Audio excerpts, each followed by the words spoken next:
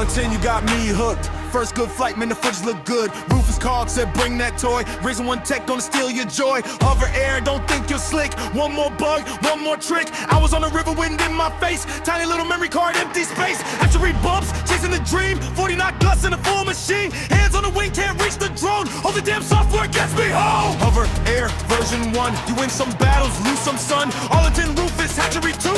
Testing this thing so you don't have to. So much work for a couple of clips. Cold wet hands and sunburned lips. One cool Raymond's and boils wild to the thing break distance, save the ball. So I'm back from the gorge with my HoverAir Aqua, and I didn't lose it. Amazing. Now, by now, I'm sure you've seen all the fancy footage from the pros, and the difference is they didn't pay for them. I did. So if I lose it, it comes out of my pocket. Now, I did get some really good footage, and I'm going to share that with you and talk over top of it about, you'll see some of the glitches and some of the problems. But it's not that trustworthy, and it's a lot of work.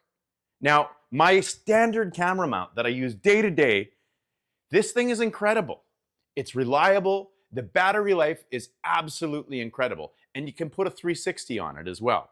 Now, it's a follow cam, but for now, I'm staying with this camera. The HoverAir, I'm going to continue to test,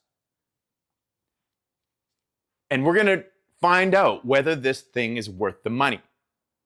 So I'm going to play some long format videos, and I'm going to talk over top of it. We're going to see some of the glitches and see some of the good footage. All right, here we go. Okay, so here I am launching at Arlington on an absolutely epic day. The wind had been blowing around 20 to 30 knots all day. I'll throw up a little clip from earlier just so you can see how good the conditions were. By the time I launched the HoverAir Aqua, though, most people had already come off the water. That was intentional. I really didn't want to be out there flying a drone around with a bunch of kite lines and other riders. So I purposely waited for things to thin out a little bit, even though the conditions had started to back off. Earlier, I'd been out on my 2.5 meter wing, but for this run, I switched to the 3.5 just to make sure I could get up easily and focus on testing the Hover Aqua rather than worrying about getting enough power. And the wind had dropped, so it was a very good call. I'll put my settings up on the screen because I know that's one of the first questions people are going to ask. I was using the new foil mode with the follow direction set to front, follow distance at medium, and the altitude on flat shot. Horizontal composition was centered, vertical composition was high, and the orbit speed was set to low. These settings gave me some of the best footage I captured during the trip, although, as you're about to see, they didn't completely eliminate the glitch. So, there you go. There's a first tracking issue. The footage up to there was, I thought, quite good. The lighting was really nice. It's nice and crisp. I mean, that's a reasonable thing that happened there. I shifted gears and did a sharp turn, so not surprised that it had a hard time tracking me and following me. I think this is all really good. But what happens right here is all of a sudden it decides not to follow me. There it is. Boom. It's hovering. Done. It just decides. And I came back. I'm on foil. I grabbed it. No problem.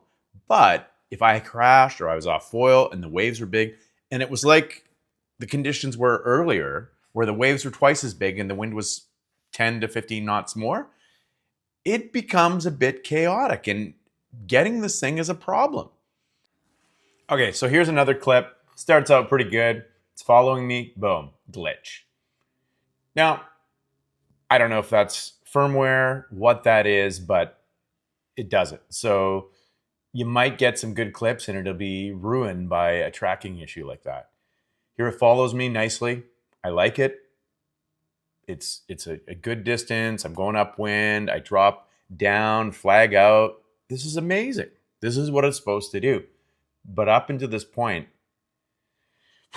it was a lot of work and a lot of, there you go. That was a good clip, but it glitched out right there. Just a lot of work pulling this thing out because I only have 10 minutes. I got to pick the right conditions. Sometimes I launch from the beach. Sometimes I launch from the water. It just depends if there was people out there. If there's no one, I'll launch from the beach. That was a nice turn. That's great. Reasonable tracking. So the potential's all there, but the problems are also. And I'm just showing you the best couple clips I've got. And they do have, in each of them, you can see there's more tracking issues. That's like pretty bad, actually. So, jury's out. I wouldn't go spend your money quite yet. I guess it depends on the importance of the clips, because I got a couple good ones here. And if a 30-second clip is worth a bunch of money to you from advertisement or whatever you're doing, well, maybe it is worth it. But as just a hobbyist, probably not, given the battery life, given the tracking issues, and all the things that I've seen. Anyways, still going. We're a minute and a half into this clip or so. And boom. Still following me. It's doing its thing. This is nice here. Falling from behind. Flagged out. Pumping. I like it.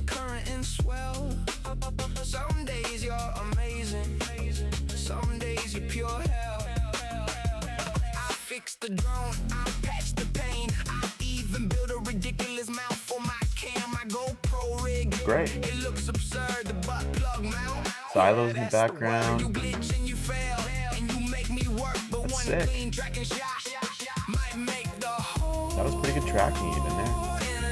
Boom. Glitches out again. HoverAir Aqua. That seems like that can be resolved. One run is magic.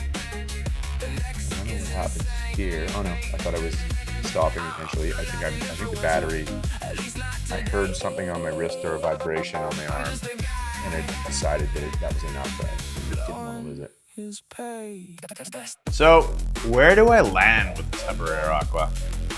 Honestly, I'm glad that I bought it. When it works, the footage is incredible, and I don't think there's anything else out there like it for foiling. But it's not perfect. It certainly has glitches. I've had failures, and I had a few moments where I was wondering if I was about to donate a very expensive drone to the Columbia River. Would I trust it as my only way to film? Not yet. But I have my purple classic. Will I keep using it and pushing it in real world conditions? Absolutely. Got a lot more testing to do, and I got a feeling that this is just the beginning of the story. Thanks for watching, and I'll see you on the water.